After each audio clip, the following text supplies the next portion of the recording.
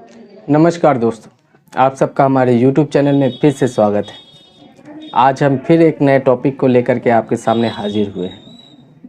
मुझे कई दिनों से बहुत सारे मैसेज आ रहे हैं, मेरे सोशल मीडिया प्लेटफॉर्म पे आ रहे हैं ज़्यादातर कि होम्योपैथिक डॉक्टर कैसे बनते हैं, क्या प्रोसेस है, कहाँ पढ़ाई करनी पड़ती है, कैसे एडमिशन होता है। इन सब के विषय में मुझे अक्सर पूछा जाता है। तो आज हम इसी बात पे चर्चा करेंगे कि होम्योपैथिक डॉक्टर बनने के लिए कौन सी पढ़ाई करनी पड़ती है और इसमें कहाँ एडमिशन करना पड़ता है, क्या प्रोसीजर है। दोस्तों, होम्योपैथिक डॉक्टर के लिए जो डेजिग्नेशन होता है, जैसे एलोपैथिक डॉक्टर के डेजिग्नेशन में एमबीबीएस बोला जाता है, उसी तरह होम्योपैथिक डॉक्टर के लिए जो डेजिग्नेशन होता है उसे बीएचएमएस बोलते हैं, जिसका मतलब है bachelor in homeopathic medicine and surgery. ये डेजिग्नेशन है। इसका मतलब ये है कि आपने बैचलर डिग्री हासिल की है होम्योपैथिक के मेडिसिन पे और सर्जरी पे। इसकी जो पढ़ाई होती है ये लगभग 5.5 वर्ष की होती है। कुछ कॉलेजों में 6-6.5 वर्ष भी लग सकते हैं, पर सामान्यतः ये 5.5 वर्ष की इसकी पढ़ाई होती है और इसकी पढ़ाई भी मेडिकल कॉलेज में ही होती है। इसकी पढ़ाई होम्योपैथिक मेडिकल कॉलेजेस में होती है। जिस तरह एमबीबीएस की पढ़ाई एलोपैथिक मेडिकल कॉलेजेस में होती है, उसी तरह होम्योपैथी की पढ़ाई भी होम्योपैथिक मेडिकल कॉलेजेस में होती है। अब बात करते हैं कि इसकी जो पढ़ाई होती है ऐसे कॉलेज में एडमिशन करने के लिए क्या क्या योग्यता होनी चाहिए, क्या एलिजिबिलिटी क्राइटेरिया है। तो दोस्तों, अगर आप होम्योपैथिक डॉक्टर बनना चाहते हैं तो आपको +2 करना होगा, यानी हायर सेकेंडरी पास करनी होगी। साथ में हायर सेकेंडरी में आपका सब्जेक्ट साइंस स्ट्रीम से होना चाहिए, यानी साइंस को लेकर के पढ़ाई होनी चाहिए आपकी, जिसमें बायोलॉजी आपका मेन सब्जेक्ट हो। ऐसे साइंस में 2 स्ट्रीम आते हैं, मैथ और बायो। कुछ बच्चे जो हैं मैथ बायो दोनों ही रखते हैं, एक को ऑप्शनल में रखते हुए। अब बात करते हैं, जब आपने +2 कर लिया साइंस से जिसमें आपकी बायोलॉजी है, तब क्या करना है। तो जब आप +2 करते हैं तो आपके जो अंक हैं उनमें न्यूनतम 50% अंक होने चाहिए। यानी आपकी जो फाइनल रिज़ल्ट है +2 की, यानी आईएससी की, उसकी न्यूनतम अंक 50% होनी चाहिए, तभी आप एलिजिबल होंगे किसी भी मेडिकल कॉलेज में एडमिशन के लिए। अब तो ये आपकी जो प्राइमरी एजुकेशन है ये एलिजिबल हो गए आप। अब क्या करना है। अब इससे पहले क्या होता था कि जब आप आईएससी कर चुके होते हैं उसके बाद आपकी मेडिकल कॉलेज में डायरेक्ट एडमिशन होती है, थ्रू मेडिकल कॉलेज की अपनी एंट्रांस के थ्रू हो जाती थी या फिर डायरेक्ट भी होती थी। पर अब जो है नियम बदल चुके हैं, ये पिछले वर्ष से ही इसका नियम बदल दिया गया है। अब किसी भी प्रकार के मेडिकल कोर्सेज करने के लिए, चाहे वो नर्सिंग की कोर्सेज हो, बीएससी नर्सिंग हो, बीडीएस हो, वेटनरी हो, बीएचएमएस हो, एमबीबीएस हो, बीयूएमएस हो, जितने भी मेडिकल के कोर्सेज हैं अंडर ग्रेजुएट, उसमें आपको नीट कंपलसरी हो गया है। यानी आपको नीट का एग्ज़ाम कंपलसरी देना ही देना है, उसमें अपीयर होना ही होना है। अब उस नीट के एग्ज़ाम में जो आपको अंक आते हैं उसके आधार पे आपका एडमिशन अलग अलग कॉलेजेस में होता है। जिस तरह इस बार नीट का एग्ज़ाम हुआ है हाल ही में, अब इसमें जो अंक प्राप्त होते हैं विद्यार्थियों को, वो अपने अंक के आधार पे कॉलेज अपना जो है मेरिट लिस्ट निकालता है कि इतने से इतने अंक के बच्चों को हम एडमिशन में लेंगे। फिर आपका काउंसलिंग होता है, एडमिशन होता है। अब बात करते हैं कि नीट में जब अपीयर हो जाते हैं उसके बाद क्या होता है, आपको रिज़ल्ट मिल जाता है, फिर आप अलग अलग कॉलेज में काउंसलिंग के लिए अप्लाई करते हैं। होम्योपैथी के लिए आपको अपने क्षेत्राधिकार के अंतर्गत जो भी मेडिकल कॉलेजेस हैं होम्योपैथी के, आपको वहाँ पर जाके अप्लाई करना होता है एडमिशन के लिए। वहाँ पे एक फॉर्म होता है जिसमें आपको प्रोस्पेक्टस मिलता है। आप उस प्रोस्पेक्टस को पढ़ते हैं, उसमें सारे नियम कायदा कानून लिखे होते हैं। फिर उसके बाद उस फॉर्म को भरने के बाद आपको एक निश्चित तिथि बताई जाती है कि इस तिथि में आकर के आपको काउंसलिंग करना है।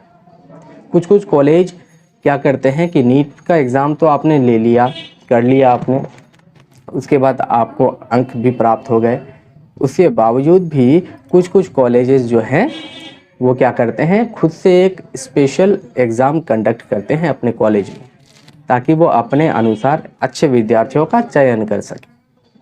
तो ये सिस्टम है। फिर आप अगर ऐसा होता है, वैसे कॉलेज, अच्छे कॉलेज जो रेप्यूटेड कॉलेज होते हैं वो खुद से भी अपना एग्ज़ाम कंडक्ट करते हैं। अगर आप उस एग्ज़ाम को कंडक्ट करने के बाद, उस एग्ज़ाम को अपीयर होने के बाद फिर आपका मार्क्स आता है, फिर आपका ये जो ये है मेरिट लिस्ट है ये बनता है, फिर आपकी काउंसलिंग होती है और आपकी एडमिशन होती है। अब बात करते हैं कि जब आप उत्तीर्ण हो जाते हैं, एलिजिबल हो जाते हैं, एडमिशन ले लेते हैं, एडमिशन ले लेने के बाद क्या होता है, एडमिशन ले लेने के बाद जैसे कि मैंने बताया कि इसके कोर्स में लगभग 5.5 वर्ष का न्यूनतम समय लगता है। फिर आपको उस मेडिकल कॉलेज में 5.5 वर्षों तक पढ़ाई करनी होती है, जिसके दौरान 4.5 वर्ष की एकेडमिक स्टडी होती है। यानी उस कॉलेज के अंदर में आपको पढ़ाई करनी है और उसके दौरान आपको एग्ज़ाम वगैरह होती हैं। लेकिन 1 वर्ष यानी 5.5 वर्ष में अगर 4.5 वर्ष निकाल दिया जाए तो बचती हैं 1 वर्ष। उस 1 वर्ष में क्या होता है, तो उस 1 वर्ष में कंपलसरी इंटर्नशिप आपको करनी होती है उसी कॉलेज के हॉस्पिटल में, जिसमें आईपीडी और ओपीडी में आपको वर्क करना होता है। इसमें आपको 2 फ़ायदे होते हैं। एक तो आपने जो कुछ भी उस कॉलेज से सीखा उसमें आपने सेवा दिया, और साथ में उस कॉलेज में जब आप 1 वर्ष के लिए काम करते हैं तो आपको 1 वर्ष का अनुभव होता है काम करने का। आप उस दौरान बहुत तरह की चीज़ों से गुज़रते हैं, इलाज करते हैं, अलग अलग तरह के मरीज़ों को देखते हैं, उनको ट्रीट करते हैं। इससे आपका अनुभव बेहतरीन होता है। तो ये जो है प्रोसेस है कैसे होम्योपैथिक डॉक्टर बना जाता है। दोस्तों, कई सारे लोग ऐसे हैं जिन्हें ये भ्रम है, ये चीज़ें नहीं जानते हैं कि होम्योपैथिक डॉक्टर बनने का असली तरीका क्या है। कुछ लोग ये सोचते हैं कि होम्योपैथिक डॉक्टर बनने के लिए ऐसा कुछ पढ़ाई नहीं करना होता है, और आप एक मार्केट में बुक मिलती है होम्योपैथी की, वो बुक लेकर के आप पढ़ाई करते हैं और थोड़ा बहुत औषधियों के बारे में सीख जाते हैं, फिर प्रैक्टिस करते हैं। ये ऑथेंटिक तरीका नहीं है। यहाँ तक कि जो हमारी आयुष मंत्रालय है ये इस पर बहुत ज़्यादा कड़ी निगरानी रखती है। अगर आप बिना डिग्री अचीव किए आप प्रैक्टिस करते हैं तो आप पे कानूनी कार्रवाई भी हो सकती है। तो इस बात का भी ध्यान रखना है। अगर आप लोग सोचते हैं, आप में से कुछ लोग, कि हम जो है प्रैक्टिस कर सकते हैं, तो ऐसा नहीं है। उसके लिए आपको ऑथेंटिकली आपको एग्ज़ाम देनी होती है, कॉलेज में 5.5 वर्ष का समय बिताना होता है, उसमें पढ़ाई करनी होती है, फिर इंटर्नशिप करनी होती है। उसके बाद रजिस्ट्रेशन होता है आपके इसमें जो आपने अचीव किया है, जो सर्टिफिकेट अचीव किया है आपने, आपका रजिस्ट्रेशन होता है। उसके बाद एलिजिबल होते हैं आप किसी भी जगह में प्रैक्टिस करने के लिए।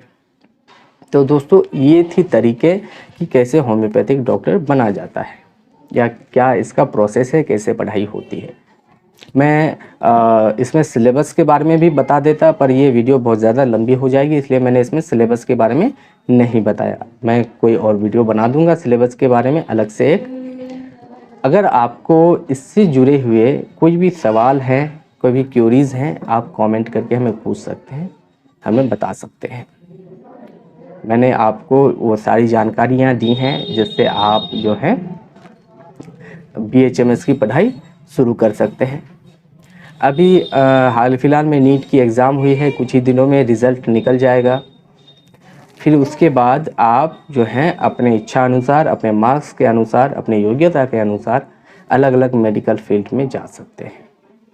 अगर आप नीट कंप्लीट कर चुके हैं और आपका रिज़ल्ट आ जाएगी तो फिर उसके बाद आप अपना चॉइस कर सकते हैं कि किस क्षेत्र में जाना है। ज़्यादातर बच्चे जो हैं एमबीबीएस के लिए प्रेफर करते हैं, लेकिन जो होम्योपैथी को प्रेफर करते हैं तो उन्हें इस वीडियो से बहुत ज़्यादा मदद मिलेगा।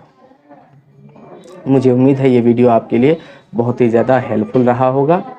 अच्छा लगा है तो प्लीज़ हमारे वीडियो को लाइक कीजिए, हमारे चैनल को सब्सक्राइब कीजिए, साथ में अपने दोस्तों को, अपने उन परिजनों को भी इस वीडियो को शेयर कीजिए ताकि उन्हें पता चले कि होम्योपैथिक डॉक्टर कैसे बना जाता है। अगर उन्होंने अभी हाल ही में इंटर पास की है, नीट का एग्ज़ाम दिया है, तो उन्हें इस बात का जानकारी होगा और साथ में उन्हें एक अपॉर्चुनिटी भी मिलेगी कि हाँ कैसे करना है, क्या प्रोसीजर है। अगर आप बिहार से ताल्लुक़ रखते हैं तो मेरी अगली वीडियो आने वाली है जिसमें मैं टॉप होम्योपैथिक मेडिकल कॉलेजेस के बारे में बताने जाऊंगा कि जिसमें आप जो है एडमिशन ले सकते हैं, किस में आपको एडमिशन लेना चाहिए और क्यों लेना चाहिए, इस विषय में एक वीडियो मैं बनाने जा रहा हूं। मुझे उम्मीद है कि आपको ये सारी इन्फॉर्मेशन आपको बहुत ही वैल्यूएबल रही होगी आपके लिए। तब तक के लिए धन्यवाद। फिर मिलते हैं इसी तरह के किसी नॉलेजेबल वीडियो में।